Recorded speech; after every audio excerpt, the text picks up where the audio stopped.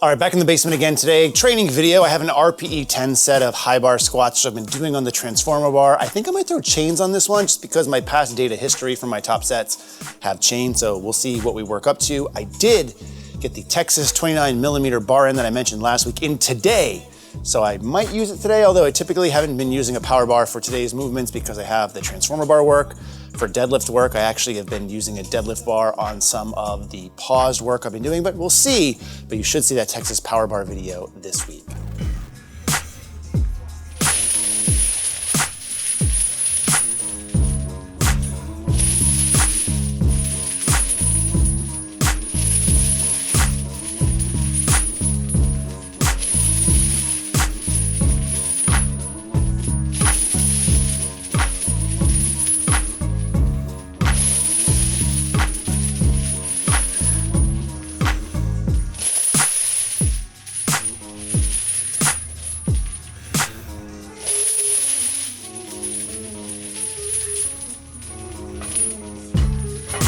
All right, so top set is done. Ended up doing a set of 8 with 415 pounds, including the transformer bar weight. And then I added on 70 pounds worth of chain. So at the top, it was like 485. I rated it at a 9. One of the hard things with me with this transformer bar is just getting in a good position at the bottom of the hole.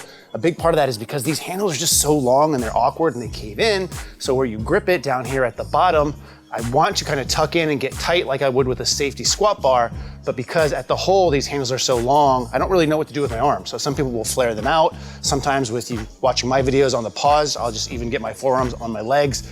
Either way, it's awkward because even if you flare out to kind of make more room, then I lose some upper back tightness, which is something that the safety bar squat really enforces. And even though I'm doing a high bar on this, it's just not ideal. Now the newer Kabuki bars actually have removable handles where they'll detach right here around the bend, but it's still a little bit long in my opinion, and they curve back down. So it's not like you can get your hands up, they're always down and kind of tucked in. And again, the bottom of the hole can be a potential issue.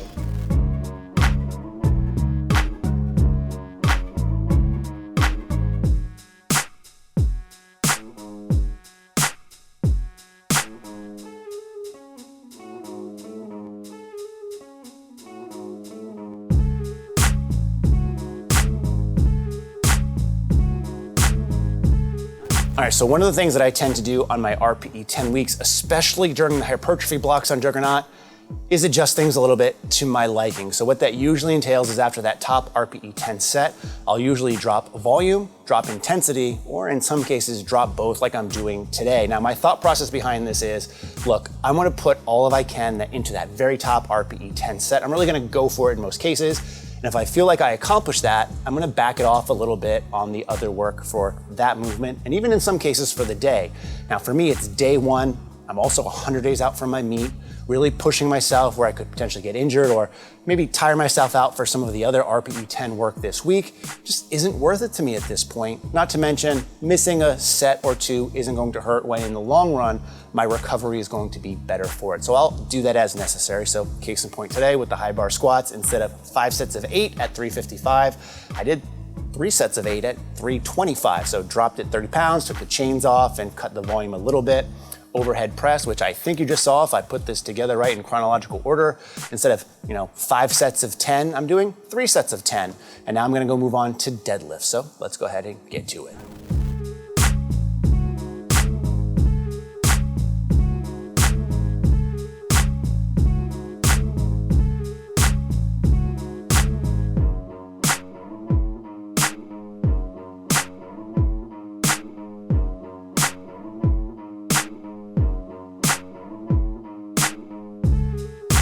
All right, so finishing off with deadlifts, we're doing 3 sets of 6, going with 420 pounds, which I feel good about. So not doing all of the volume there necessarily, but I think the RPE is right.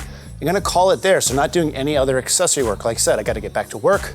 It's Monday here, which means we have kids karate, kids soccer. I take a back seat, but I feel really accomplished coming in, hitting that top set on high bar, and then also still doing the main work of overhead press and deadlifting. So thanks so much for tuning in. We'll talk to you next time. In the meantime, as always, thanks for watching and stay big.